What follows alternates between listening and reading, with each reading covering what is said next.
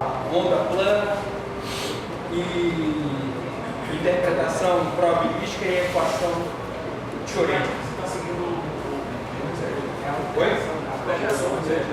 não estou seguindo um livro específico.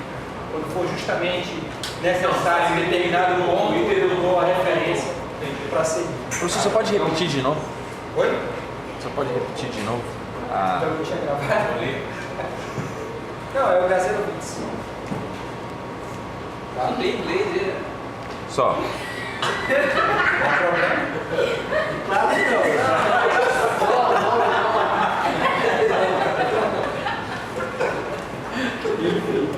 A gente começou pelo Eisberg, né, para justamente falar da parte introdutória da radiação e alguns pontos relativos à parte de efeito fotoelétrico, efeito Compton, mostra aí no livro, Moisés. Aqui, ó. Tá? A redução principalmente da parte de efeito Compton, pode seguir justamente Moisés, e agora a gente vai seguir um pouco entre o Gazerovitz e o Grives.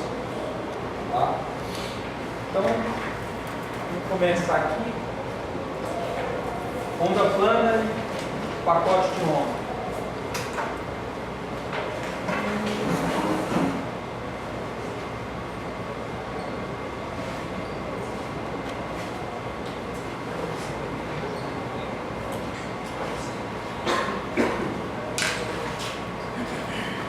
Qual é a página? Capítulo 2. Capítulo 2.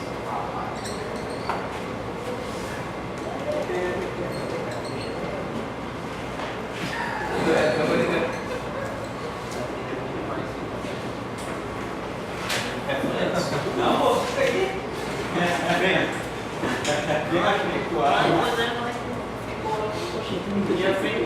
A gente chegou ao entendimento de que, para poder descrever um determinado objeto, fosse melhor justamente escolher um modelo de onda, porque provavelmente é nele que pode ser armazenado tanto a informação a respeito da matéria quanto da radiação. Então, entender isso é o primeiro passo, que essa é apenas uma escolha matemática para com que toda a informação que a gente precisa descrever na natureza está contida ali dentro. Automaticamente isso pode parecer que justamente você está tomando partido de um ou de outro, uma vez que a gente já tem conhecimento de que a natureza é dual. Ela vai continuar sendo dual, não porque eu estou escolhendo justamente esse tipo de notação, esse tipo de formalismo. A escolha do formalismo de começar a escrever tudo por ondas é simplesmente uma escolha matemática para poder você englobar todas as informações que são necessárias ali dentro. E por conta disso, justamente vem a necessidade de fazer um novo entendimento. Ainda estamos à busca de qual seria a melhor maneira de poder escrever isso, ou que essa ferramenta pudesse conter toda a informação necessária. Por isso a gente começa com a função de onda.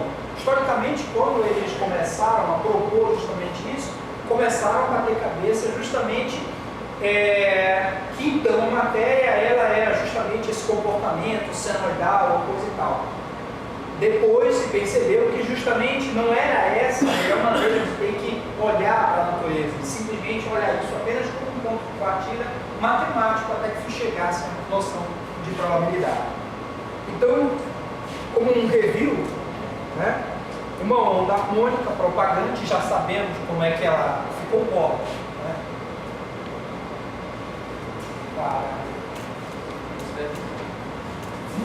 Uma onda harmônica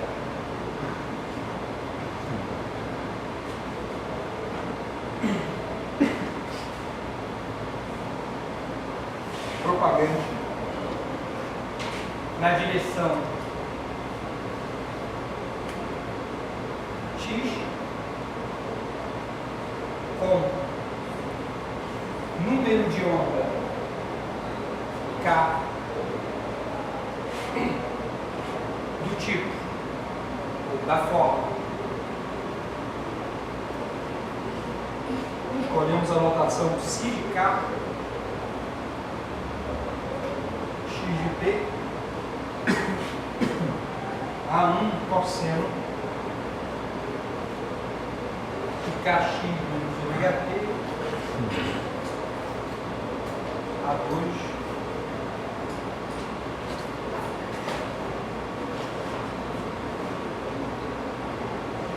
Bem, então, como nós estamos falando de onda, né, o que vem à mente?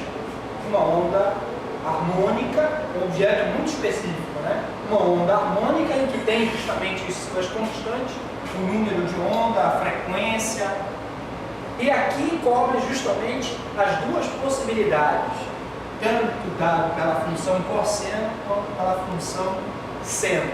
Então essa daqui é uma maneira que a gente pode escolher para descrever justamente essa onda, mas ela não é a única e, portanto, há outras que são igualmente úteis. Em vez de escrever na forma trigonométrica, a gente pode escolher escrever na forma de exponencial e, portanto,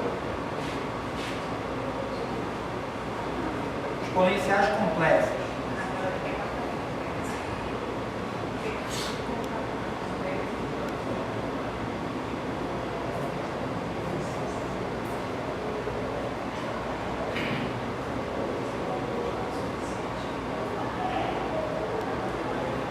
Então, ou a equação 1 ou a equação 2, qualquer uma das duas, significam que estamos tratando do mesmo tipo de onda.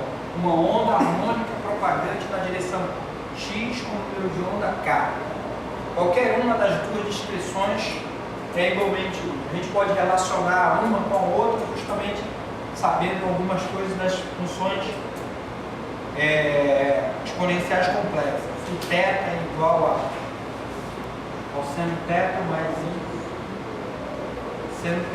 Então essa daqui é a maneira que a gente conecta as duas formas, a forma trigonométrica e a forma de exponencial imaginária. Para algumas situações, justamente as exponenciais imaginárias, elas são mais úteis e provavelmente essa é a que a gente vai acabar adotando.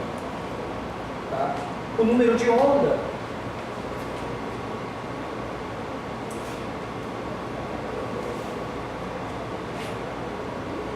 é dado em função do comprimento de onda, nos que sobre a frequência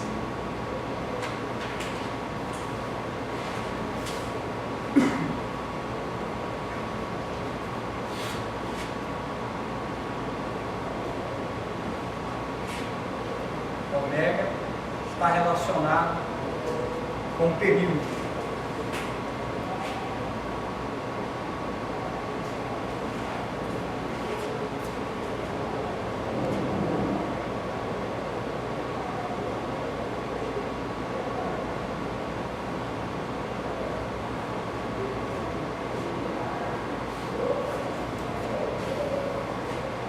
Essa aqui chamada dessa forma, período.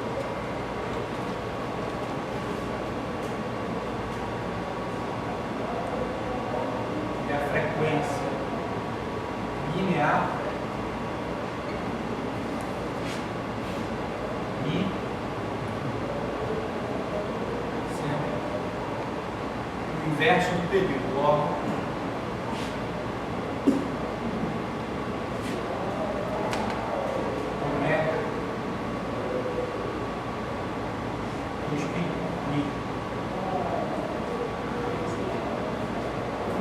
e aí é a frequência.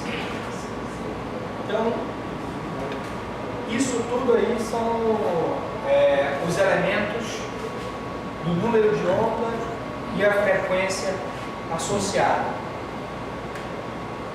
Aqui, esse objeto A e B, eles dão conta justamente da amplitude.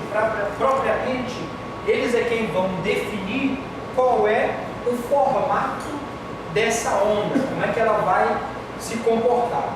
Então, quando quando, por exemplo, a gente passa a querer descrever os objetos, que são pontos materiais, como em termos de onda, a gente tem que escolher qual que deveria ser, por exemplo, o A para que desse a cara daquele objeto.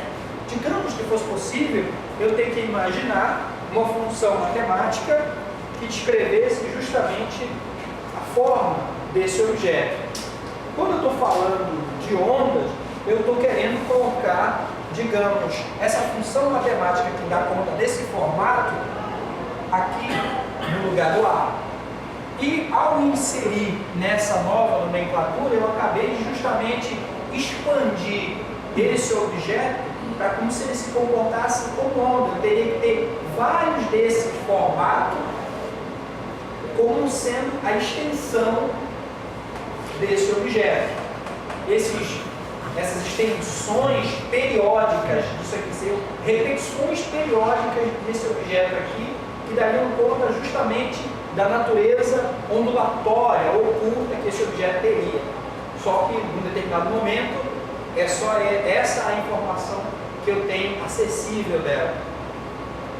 Então, para eu poder ter a descrição completa, eu preciso justamente saber quem é esse objeto. Isso aí é arbitrário. Então, como a gente está começando, eu não vou propor justamente um objeto complexo como esse que é cilíndrico, que justamente tem esse formato aqui. Eu vou propor justamente algo mais próximo de um ponto material. Tá? Então, algo que é próximo de um ponto material tem que ser uma escolha do tipo mais localizada. Significa que eu tenho que escolher uma função que concentre toda a informação, ou a soma de todas essas informações, em um espaço mais curto. Então, objetos ou funções matemáticas que podem fazer isso, ou que dão conta disso, são as chamadas funções gaussianas. A função gaussiana, ela tem a propriedade de justamente ela apresentar um pico no centro e na borda ela tem uma parte espalhada. Então, eu posso, no caso, usar essa função como uma boa descrição de uso ou de representação de um objeto de ponto material, ou seja, aquele ponto material, ele seria, na verdade, uma função gaussiana, onde o pico representa onde ele estaria mais provavelmente e as suas extensões mais alargadas. Então, quando eu descrevo um objeto material, eu estaria olhando justamente para essas funções do tipo gaussiano. Se eu quero, no caso, inclusive, chegar a essa complexidade, provavelmente seria uma combinação de funções gaussianas até completar esse estágio. Como seria essa combinação? Justamente vai depender do grau de complexidade que eu possa amarrar uma a outra, mas a teoria ondulatória, ou essa descrição, esse formato, me permite justamente o que a gente chama de do princípio da superposição.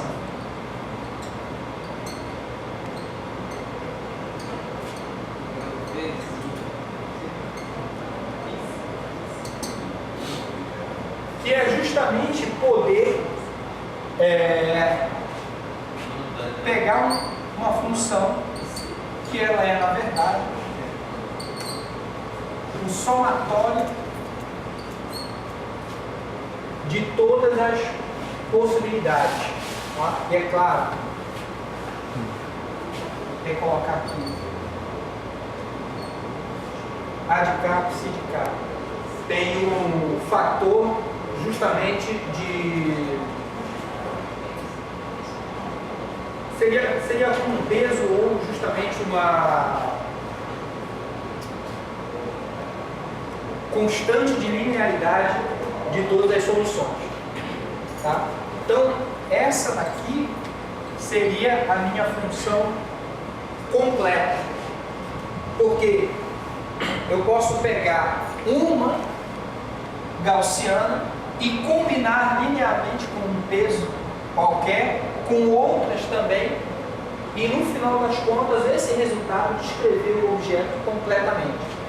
Então, o princípio da superposição garante que você pode fazer esse somatório e a função de onda completa ser justamente essa soma de todas as possibilidades, a soma de todas essas combinações. Tá? Vamos propor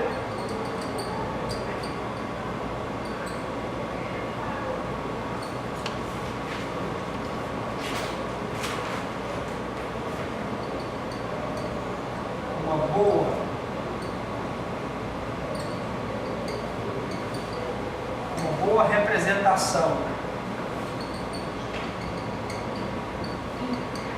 do ponto material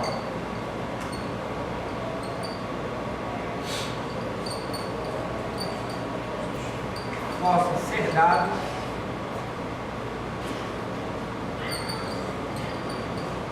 por uma função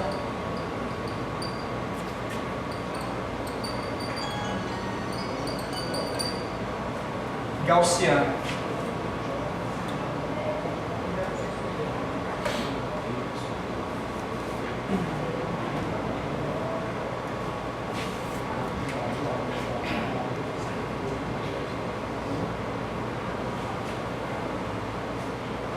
Comportamento de tal função é bem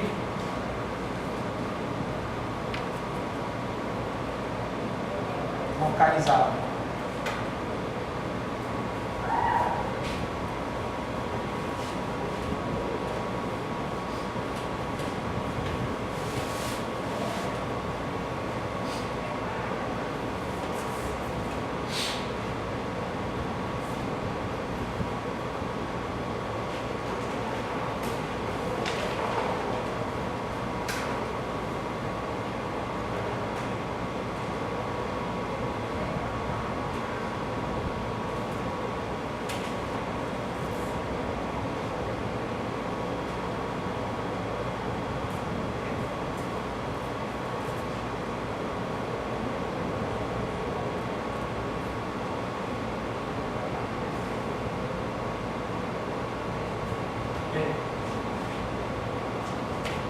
A amplitude, essa que eu apresentei aqui, a função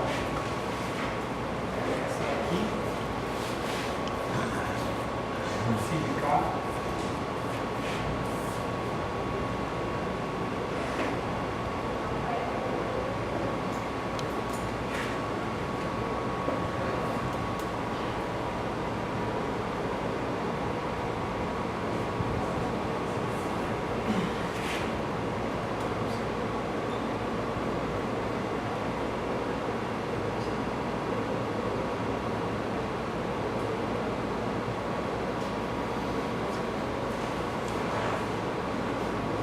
a gente pode entender da seguinte forma. Vou fazer algumas aproximações aí, por exemplo, para poder conseguir separar o que vai ser a minha amplitude e o que vai ser o restante do objeto. Então,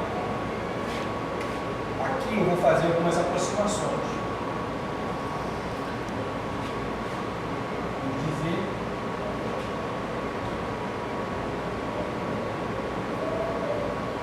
que A igual a B, psi de K, x de T, pode tirar o A em evidência e ficar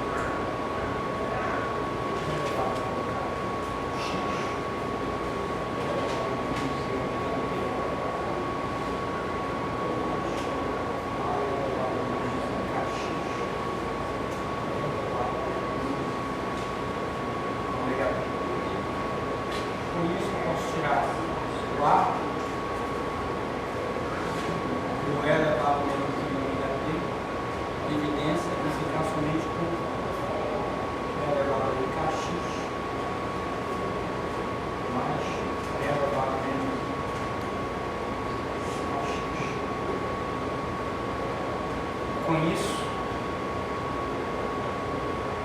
dividir por 2, multiplicar por 2, eu tenho 2A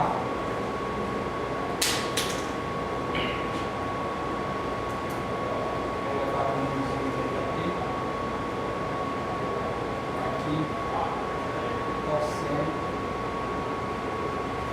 de Caxias.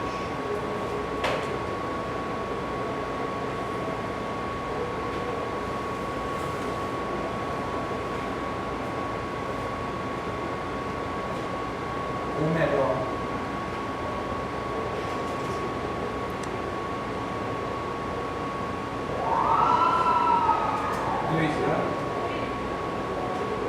cosseno de Caxias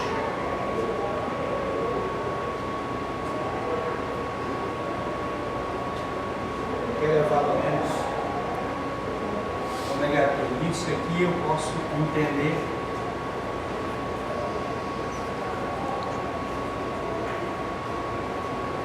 como meu radical, ou seja, o que vai ser a minha amplitude. Esse cosseno de Caxias, ele fixa justamente como é que vai ser o formato dessa função em função do K.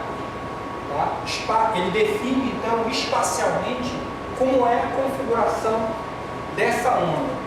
Com o passar do tempo, é algo que simplesmente ela só vai dar a propagação dessa onda. O formato dela não vai mudar para um determinado K. Para um determinado K, então isso define como é que ela, qual é o formato dela. Então esse daqui é só um exemplo besta, só para poder separar o que vai ser o meu A de K e o que vai ser a parte temporal. Isso para uma única onda. Só que se eu tiver outras combinações, né, como justamente é o que o princípio da superposição vai sugerir, eu vou formar outras combinações dessa mesma situação aqui.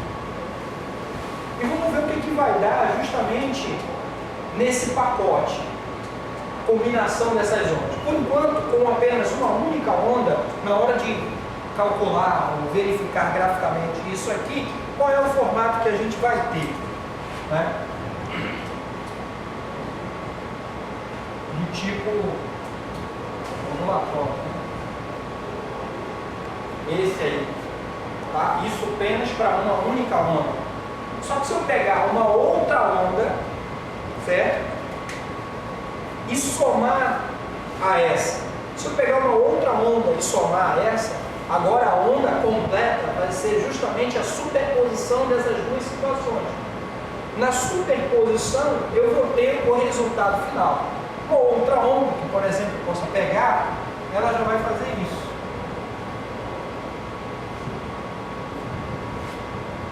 Certo? Então, perceba que mesmo com o passar do tempo, esses pontos aqui, eles são fixos. Bem, mas só duas ondas ainda não dão conta de dizer como é que realmente esse objeto ele é. Eu preciso de mais. E quanto mais ondas eu pegar para qualquer outro fator de K, né, dependendo da combinação que eu pegue, eu posso, na verdade, preencher isso.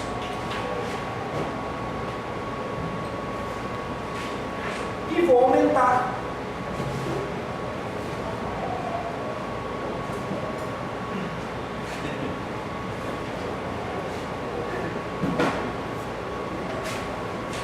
Então, para infinitos Ks, o que eu vou ter, na verdade, é um concentrado. Então, o formato final vai depender justamente dessa soma, dessas combinações. Dependendo de como eu possa fazer essas somas, eu posso também ter um outro resultado que não seja esse, que seja, por exemplo, esse aqui.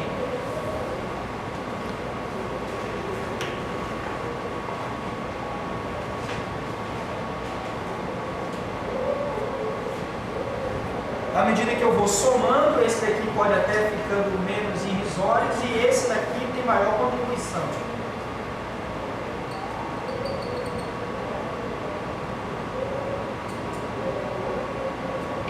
no final das contas, a onda que representa essa situação, ela veio justamente do princípio da superposição. Uma soma de combinação linear de possíveis ondas separadas. E aí o meu objeto está completo. Tá? Ele vai ter esse formato. Então isso aqui é apenas um exemplo.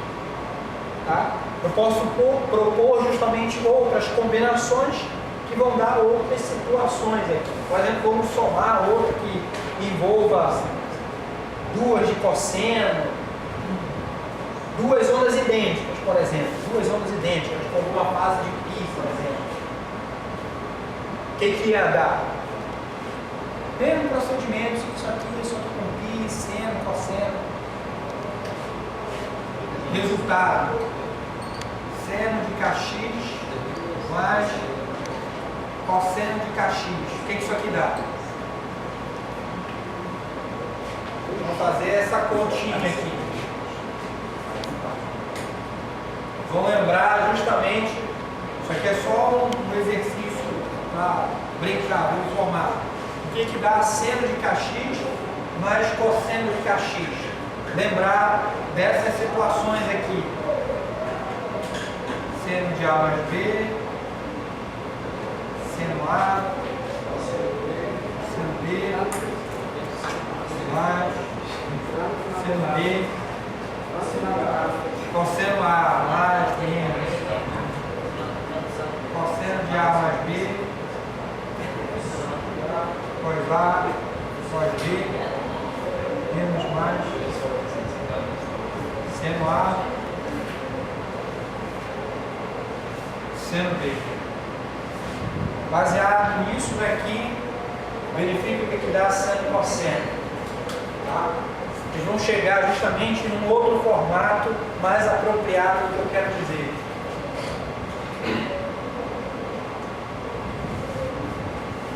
Mas esse é só um exercício.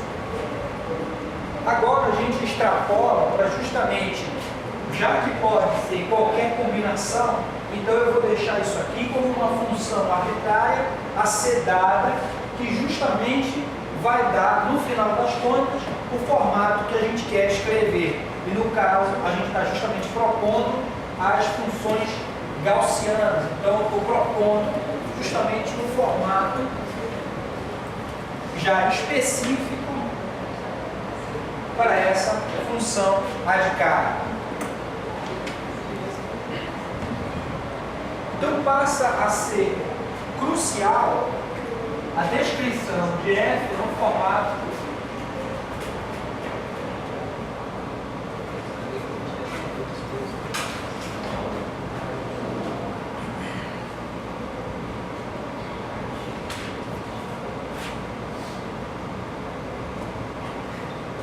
da função de onda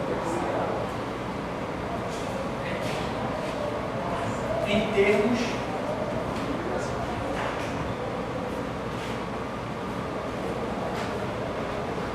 do número de onda.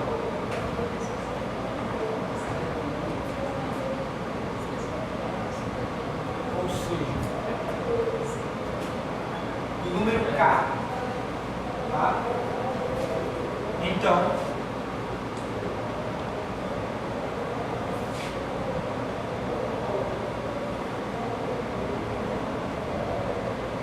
escrevemos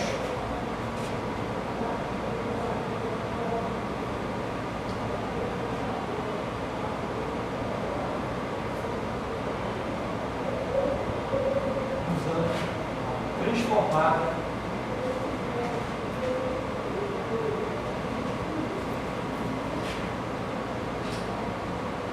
de Fourier a forma integral.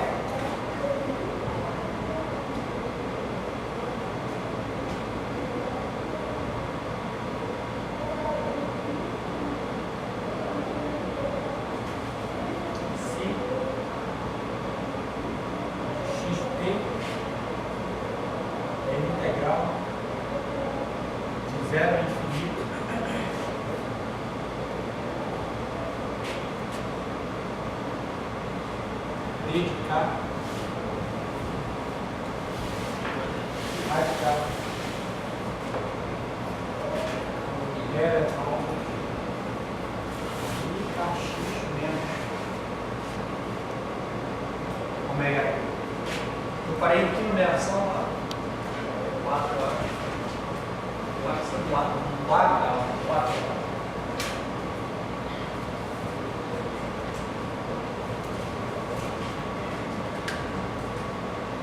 Então, digamos que essa aqui, a forma integral, é a extensão do princípio de superposição. Tá? Então, a gente escreve justamente a função de onda completa, já que a gente tem que cobrir todos os casos em todos os intervalos de K, não mais o somatório, substituindo o somatório pela integral. Esse A de K passa a ser justamente os coeficientes que vão dar a amplitude e o formato da onda na forma exponencial. Bem, esse formato aqui já também é um formato. Esse D de K lá seria a taxa de variação do número de ondas, seria É a variável justamente de integração. Então, essa forma aqui exponencial também diz respeito que tipo de onda é essa. Como desde o princípio a gente escolheu justamente partir de uma onda harmônica, a informação daquela onda harmônica também estava incluída de que trata-se de ondas ou frentes de ondas planas. Porque quando a gente está tratando justamente como um objeto harmônico que está oscilando, ele não apresenta nenhuma deformação na forma. Ele é representado em uma única dimensão como apenas um ponto. Só tem X. Mas quando a gente estende justamente esse entendimento para 3 dimensões, não é mais um ponto, mas são nas 3 dimensões. E o resultado final disso daí é um plano. Um